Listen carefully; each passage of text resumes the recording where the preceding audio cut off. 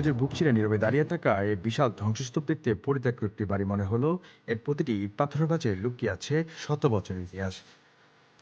ফরিদপুর জেলা শহর থেকে প্রায় ৩৫ কিলোমিটার দূরে সদরপুর উপজেলা অবস্থিত এই ঐতিহাসিক স্থাপনাটি বর্তমানে আটরশি বিশ্ব জাকের মঞ্জিল দরবার শরীফের নিকটবর্তী এলাকায় গড়ে ওঠা এই জমিদার বাড়ি একসময় ছিল ক্ষমতা আর রুচিশীলতার প্রতীক।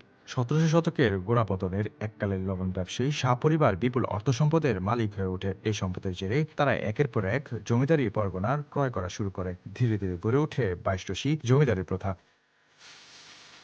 বাইশটসি জমিদাররা ফরিদপুর ও বরিশাল সহ মোট ২২টি পরগনার আধিপতি ছিলেন। তাদের প্রভাব ও খ্যাতি ছড়িয়ে পড়েছিল তৎকালীন ভারতবর্ষ জুড়ে।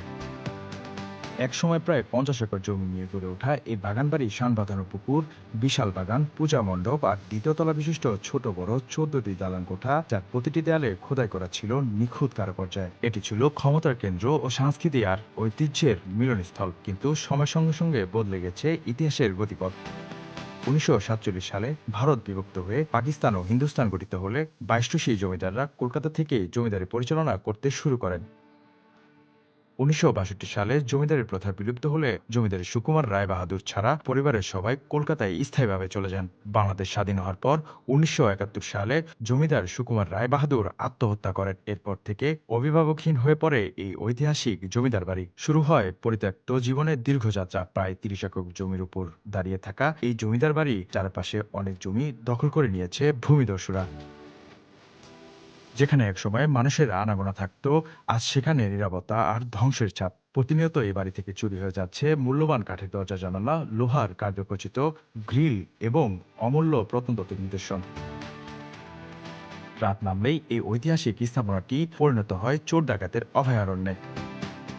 স্থানীয় জনগণ বহুবার সরকারি সংশ্লিষ্ট দপ্তরের কাছে আবেদন জানিয়েছে, কিন্তু এখনো মিলেনি কার্যকর কোনো উদ্যোগ। তবে তাদের দাবি, সরকারি তত্ত্বাবধানে নিয়ে এই জমিদার বাড়িটিকে সংরক্ষণ করা হলে এখানে গড়ে উঠতে পারে একটি পূর্ণাঙ্গ পর্যটন কেন্দ্র। বিশেষজ্ঞদের মতে সঠিক পরিকল্পনা আর রক্ষণাবেক্ষণ নিশ্চিত করা গেলে বাইশটসি জমিদার বাড়ি হতে পারে দেশের অন্যতম ঐতিহাসিক পর্যটন আকর্ষণ।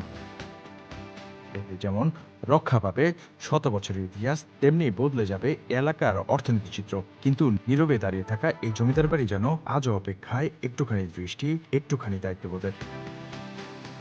ফরিদপুর থেকে শাহিদুল ইসলাম, প্রতিফলন।